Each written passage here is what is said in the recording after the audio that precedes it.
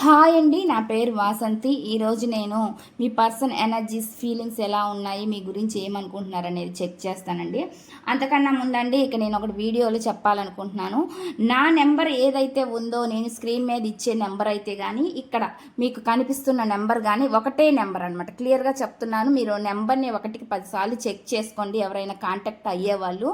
ఎందుకంటే మా వీడియోస్ మీద ఫేక్ పీపుల్ వేరే వాళ్ళు వాళ్ళ నెంబర్ ఇస్తున్నారు, వాళ్ళ నెంబర్ అడ్రస్ పెడుతున్నారు అనమాట.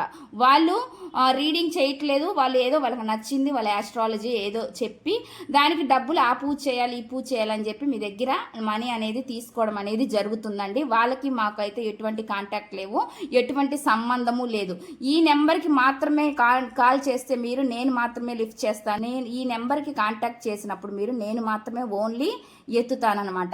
ఇక్కడ చేసేది కేవలం ఇది మాదేనండి, మాకు ఏ గురువులతో సంబంధం అయితే లేదనమాట.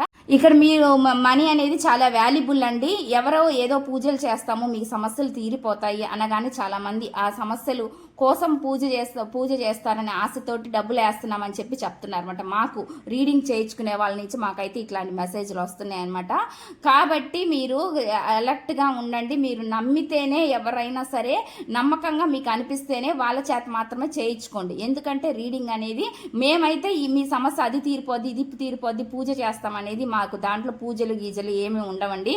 కేవలం రీడింగ్ అనేది మీతో మాట్లాడుతానే రీడింగ్ అనేది చేస్తామన్నమాట. కాబట్టి మీ సమస్య ఏమనేది మీకు చెప్పినప్పుడు ఆ క్వశ్చన్ ప్రకారమే మీరు ఇక్కడ రీడింగ్ అనేది చేస్తామన్నమాట.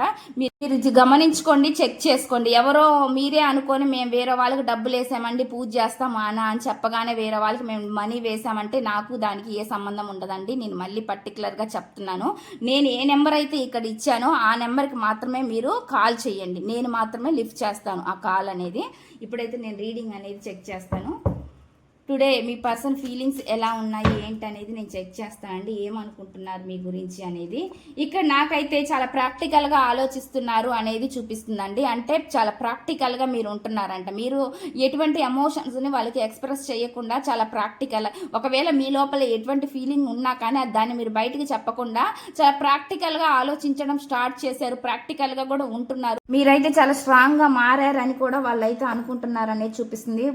మీరు చాలా ఎమోషనల్గా ఫీలింగ్స్ చూపిస్తున్నారు వాళ్ళ పైన. ఓవర్గా మీ ఎమోషన్స్ ఉంటున్నాయి అనే విధంగా వాళ్ళైతే అనుకుంటున్నారండి మీ గురించి. మెసేజ్ అయితే ఆ విధంగా వస్తుంది. ఇదండి ఈ రీడింగ్ కనుక మీకు నచ్చినట్లయితే ప్లీజ్ లైక్ చేయండి, షేర్ చేయండి.